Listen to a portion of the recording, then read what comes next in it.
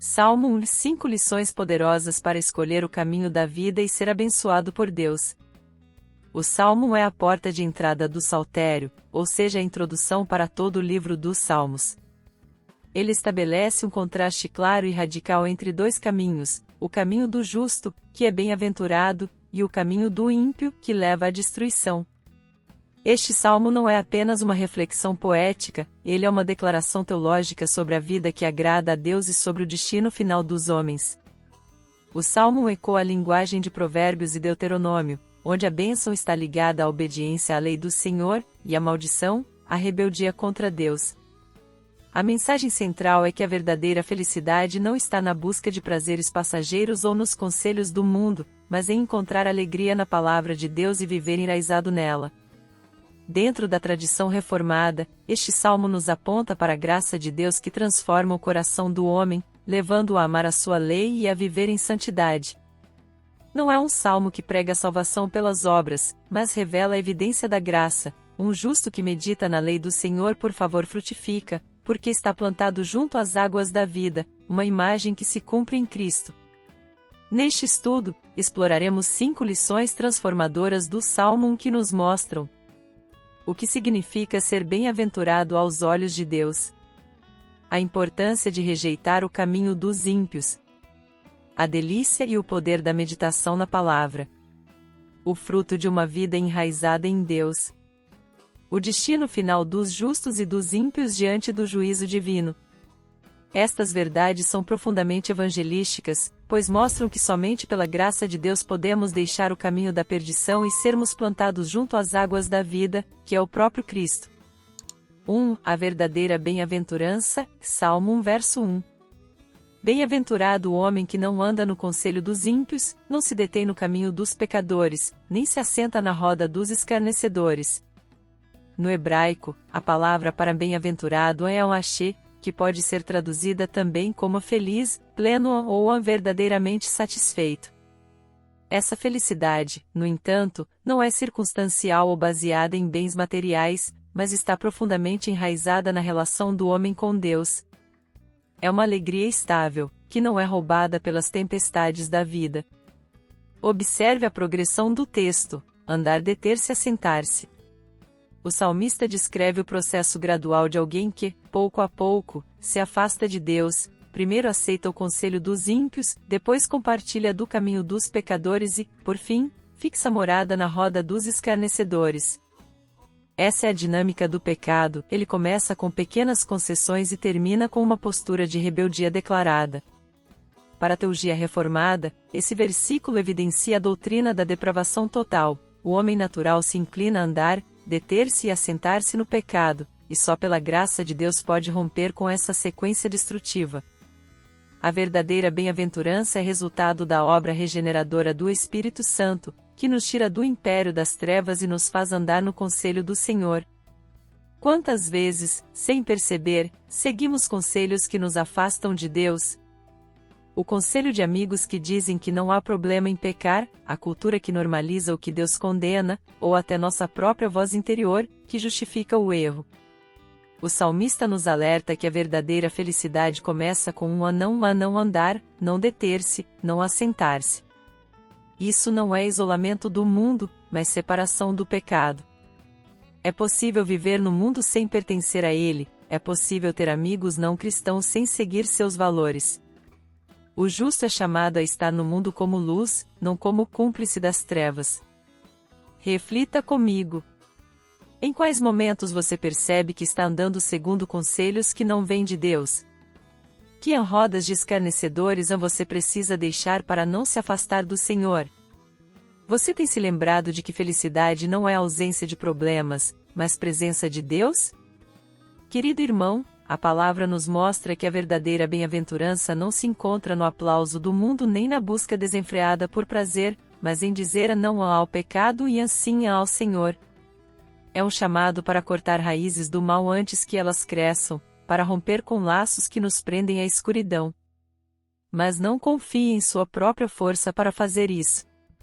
Sem Cristo, todos nós nos assentamos na roda dos escarnecedores.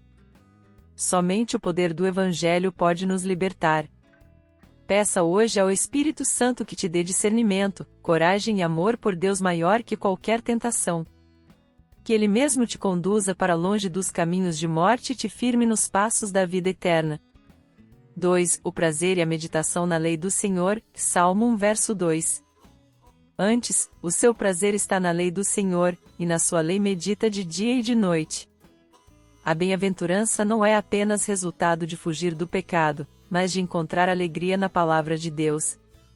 A palavra hebraica para prazer é shefetz, que carrega a ideia de deleite, desejo profundo, algo que a alma anseia. Para o justo, a lei do Senhor não é um peso nem um fardo, mas um prazer, porque ela revela o próprio caráter de Deus. O termo lei na Torá não se restringe aos mandamentos de Moisés, mas se refere a todo o ensino divino, tudo que Deus revelou para orientar a vida de seu povo.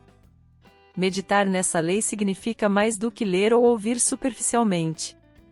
A palavra hebraica H usada para meditar sugere remoer, sussurrar, repetir, refletir profundamente até que a verdade penetre no coração. Sob a perspectiva reformada, vemos aqui a obra do Espírito Santo iluminando o coração do crente. Pela regeneração, Deus transforma nosso desejo natural, que é se afastar da sua lei, em prazer por ela. Assim, a meditação não é mera disciplina humana, mas fruto da graça. O coração que antes rejeitava a palavra agora se alimenta dela continuamente. Muitos cristãos leem a Bíblia apenas como um dever religioso ou para aliviar a consciência. Mas o salmista nos mostra que a vida abençoada nasce quando encontramos verdadeiro prazer na palavra. Isso não acontece automaticamente, e exige buscar a Deus em oração, pedindo que Ele mesmo desperte em nós esse amor pela Escritura. Meditar dia e noite não significa ficar o tempo todo com a Bíblia aberta, mas carregar a palavra no coração, refletindo sobre ela em todas as situações da vida, nas decisões, nas provações, nos momentos de alegria e tristeza. A meditação bíblica nos protege das armadilhas do mundo e nos molda à imagem de Cristo. Você tem sentido prazer em conhecer mais a Deus pela palavra ou a vê como um dever pesado? Em quais momentos do seu dia você poderia meditar mais profundamente na Escritura? Que diferença faria em sua vida se a palavra fosse sua principal fonte de alegria? Irmão, imagine uma árvore plantada junto a um rio, cujas raízes se aprofundam buscando água. Assim é o justo que medita na lei do Senhor. A palavra se torna alimento para a alma, força para resistir ao pecado, consolo para o sofrimento e luz para o caminho. Se hoje você sente que não tem prazer na Bíblia, não desanime. Nenhum de nós, por natureza, deseja as coisas de Deus. Mas o mesmo Espírito que inspirou a Escritura pode acender em seu coração o amor por ela. Peça isso a Ele. Abra o texto, leia, reflita, ore. Com o tempo, a palavra não será apenas algo que você lê, mas algo que transforma quem você é. Que a sua vida seja marcada por esse deleite santo, que suas conversas sejam impregnadas de Escritura, que seus pensamentos sejam guiados por ela e que a sua alegria esteja firmemente enraizada na lei do Senhor. 3. Como árvore plantada junto a ribeiros, Salmo 1 verso 3. Ele é como árvore plantada junto a ribeiros de águas, que, no devido tempo, dá o seu fruto, e cuja folhagem não murcha, e tudo quanto ele faz será bem-sucedido. A imagem da árvore é uma das mais belas e profundas da Bíblia. Não é qualquer árvore, mas uma que foi plantada. Isso nos lembra que o justo não está onde está por acaso, mas porque Deus, o agricultor soberano, o colocou ali. Essa árvore não depende da chuva incerta, mas está junto a ribeiros constantes, uma figura da palavra e do Espírito Santo, que alimentam e sustentam a vida do crente. Dar fruto no devido tempo nos mostra que a vida cristã é um processo, não um evento instantâneo. Assim como uma árvore não frutifica todo o ano, há estações na caminhada de fé, tempos de crescimento invisível, tempos de poda dolorosa e tempos de frutos abundantes. Mas quando a vida está enraizada em Deus, o fruto é certo. Na teologia reformada, isso aponta para a doutrina da perseverança dos santos. Aquele que é plantado por Deus não murcha, não se perde. Sua vitalidade não depende de si mesmo, mas da graça que flui dos ribeiros eternos. Como disse Jesus em João capítulo 15 verso 5, quem permanece em mim, e eu nele, esse dá muito fruto, porque sem mim nada podeis fazer. Todos nós enfrentamos momentos de seca espiritual, quando parece que não frutificamos ou que nossa fé está enfraquecida. O salmista nos lembra que a chave não é tentar forçar o fruto, mas permanecer enraizado na fonte certa. Uma árvore não produz fruto pelo esforço de suas folhas, mas pelas raízes que buscam água. Se você não tem dado frutos de justiça, paz e amor, verifique suas raízes. Onde você está plantado? O que alimenta sua alma? Se estiver afastado das Escrituras, da oração e da comunhão com o povo de Deus, será difícil frutificar. Mas quando estamos junto aos ribeiros da graça, mesmo as tempestades não nos derrubam. Suas raízes estão realmente buscando água em Cristo ou em fontes secas deste mundo? Você tem aceitado as podas de Deus, confiando que elas são para frutificar mais? Que frutos espirituais você pode oferecer hoje ao Senhor como sinal de uma vida enraizada nele? Amado irmão, Deus te plantou em Cristo para que você tenha vida e vida abundante. Talvez você tenha se sentido fraco, sem frutos, com a alma murcha. Mas hoje Ele te chama a aprofundar suas raízes, a se firmar na palavra, a beber da água viva do Espírito. Não se compare a outras árvores, nem desanime pelas estações de seca. O agricultor não se esqueceu de você. Ele cuida, rega, poda e garante que, no tempo certo, haverá fruto. E não é fruto qualquer, mas fruto para a eternidade. Que sua confiança esteja no Senhor que te plantou. Que suas raízes se aprofundem na graça e que, mesmo nos dias difíceis, sua folhagem não murche, porque Deus é a fonte inesgotável que sustenta sua vida. 4. O destino dos ímpios, Salmo 1 versos 4 e 5. Os ímpios não são assim e são, porém, como a palha que o vento dispersa. Por isso, os perversos não prevalecerão no juízo, nem os pecadores na congregação dos justos. Depois de descrever o justo como uma árvore frutífera e firme, o salmista apresenta o contraste: o ímpio é como a palha.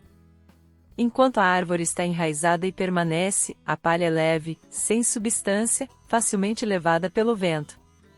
Essa é uma metáfora poderosa para a instabilidade e a futilidade da vida sem Deus.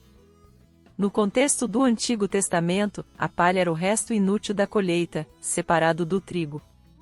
Jesus usou imagem semelhante em Mateus capítulo 13 versos 30 e 41, falando do joio que será separado do trigo no fim dos tempos. Assim, o salmista não apenas descreve o presente dos ímpios, mas aponta para seu destino eterno: não permanecerão no juízo, não terão lugar na comunhão dos justos. A perspectiva reformada nos lembra que todo homem, por natureza, é ímpio e merece essa dispersão eterna. Mas pela graça soberana de Deus, alguns são retirados do estado de palha e feitos árvores vivas em Cristo. Isso não é resultado de mérito humano, mas da eleição divina e do chamado eficaz do Evangelho. Muitas vezes, a vida dos ímpios parece mais próspera do que a dos justos. Eles podem parecer fortes, estáveis, bem-sucedidos. Mas o salmista nos lembra que essa estabilidade é ilusória, basta um vento para dispersá-los. Somente quem está firmado em Deus permanece. Isso também é um alerta para nós: se vivemos buscando segurança em riquezas, fama ou reconhecimento humano, nossa vida é palha diante do vento do juízo divino. O que realmente importa é estar em Cristo, pois fora dele não há permanência nem salvação. Onde você tem buscado estabilidade para a sua vida, nas coisas passageiras ou em Cristo? Você reconhece que, sem a graça de Deus, também seria palha dispersa pelo vento? Como essa realidade do juízo futuro afeta suas prioridades hoje? Querido irmão, a palavra de Deus nos lembra com amor e firmeza: todo caminho fora de Cristo é vento, dispersão, vazio. Mas Deus, em sua graça, pode pegar a palha e transformá-la em trigo. Ele pode pegar um coração estável e plantá-lo como árvore junto aos ribeiros de águas vivas. Se hoje você se sente perdido, sem raízes, sem direção, ou se percebe que tem buscado estabilidade em coisas frágeis, há esperança. Cristo é a rocha eterna. corra para ele.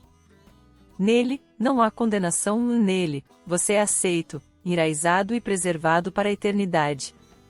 Que o Espírito Santo te conduza a essa certeza: o justo não permanece de pé por sua própria força, mas porque Deus o sustenta. E que isso traga paz ao seu coração, mesmo quando o vento forte da vida soprar.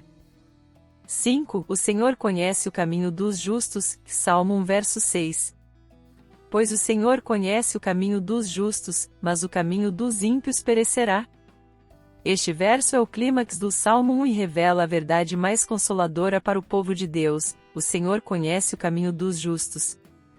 A palavra hebraica para conhecer é yada, que não significa apenas saber intelectualmente, mas ter um conhecimento íntimo, relacional, de cuidado e amor. É o mesmo verbo usado em Gênesis capítulo 4 verso 1 para descrever a intimidade entre marido e esposa. Assim, Deus não apenas observa o caminho dos justos, Ele o ama, guia e preserva.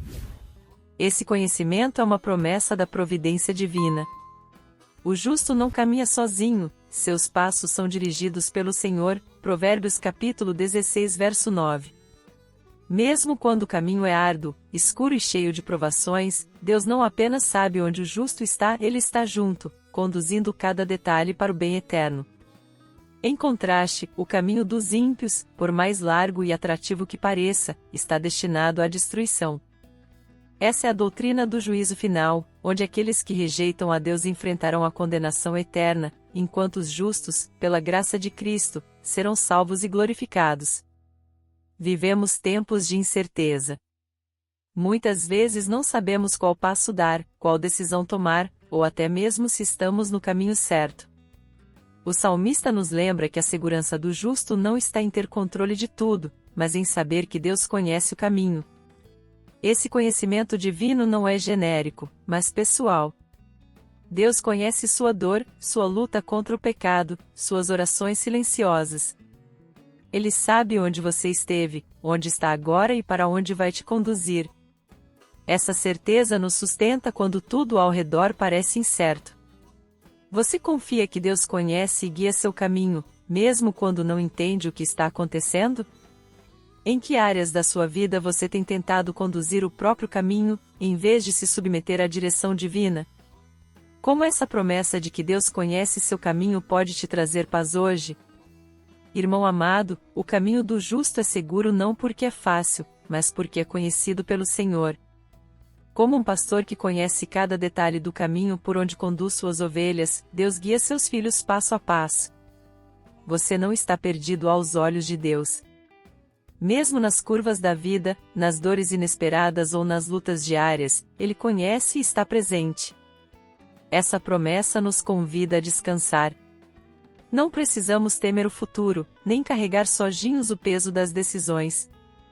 O Deus que nos elegeu em Cristo antes da fundação do mundo é o mesmo que guia nossos passos até a glória eterna. Enquanto o caminho dos ímpios perecerá, o caminho do justo culmina na vida eterna com o Pai. Que seu coração se encha de confiança e gratidão. Caminhe com a certeza de que a mão do Senhor está sobre você. E mesmo quando você não vê o destino, saiba, aquele que te chamou é fiel para te conduzir até o fim. Conclusão: 2 caminhos, uma escolha eterna. O Salmo nos apresenta, de forma clara e inconfundível, 2 formas de viver e 2 destinos finais, o caminho do justo e o caminho do ímpio. Vimos ao longo deste estudo que a verdadeira bem-aventurança vem de rejeitar o conselho do pecado e buscar a santidade. O prazer na lei do Senhor é o que sustenta a vida do justo, levando-o a meditar na palavra continuamente. A árvore plantada junto a ribeiros nos ensina sobre a perseverança e a frutificação do cristão enraizado em Cristo. O destino dos ímpios é dispersão e condenação, pois fora de Deus não há estabilidade nem vida eterna. O Senhor conhece o caminho dos justos, garantindo cuidado, direção e salvação eterna para os seus filhos. Essas lições não são apenas para reflexão, mas para decisão. O Salmo nos coloca diante de um chamado urgente: escolher o caminho da vida. Por natureza, todos nós nascemos andando no caminho dos ímpios. Como disse o apóstolo Paulo, todos pecaram e carecem da glória de Deus. Romanos capítulo 3 verso 23. Mas a esperança, o justo perfeito, Jesus Cristo, caminhou por nós, viveu sem pecado, morreu em nosso lugar e ressuscitou para nos dar nova vida. Nele, podemos deixar de ser palha levada pelo vento e nos tornar árvores vivas plantadas pela graça de Deus. Se você ouviu essas palavras e percebe que está distante do Senhor, que ainda não encontrou a verdadeira bem-aventurança ou que tem buscado segurança em caminhos que levam à morte, hoje é o dia da salvação. Jesus te convida a crer nele, a se arrepender dos pecados e a receber o dom da vida eterna. Ele é o único capaz de mudar sua história, de transformar palha em trigo, deserto em jardim, morte em vida. Ore comigo. Senhor Jesus, eu reconheço que sou pecador e tenho andado longe dos teus caminhos. Hoje eu entendo que sem ti eu sou como palha levada pelo vento. Eu creio que tu morreste na cruz e ressuscitaste para me dar vida eterna. Eu te peço, perdoa meus pecados, transforma meu coração e planta minha vida junto aos ribeiros da tua graça. Eu entrego minha vida a ti e escolho seguir o caminho da salvação. Em nome de Jesus. Amém. Se você fez essa oração com fé, creia, Deus te enxertou em Cristo. Você é agora parte do povo de Deus, conhecido, amado e conduzido pelo Senhor. Caminhe com Ele, medite em sua palavra e dê frutos para a glória dele.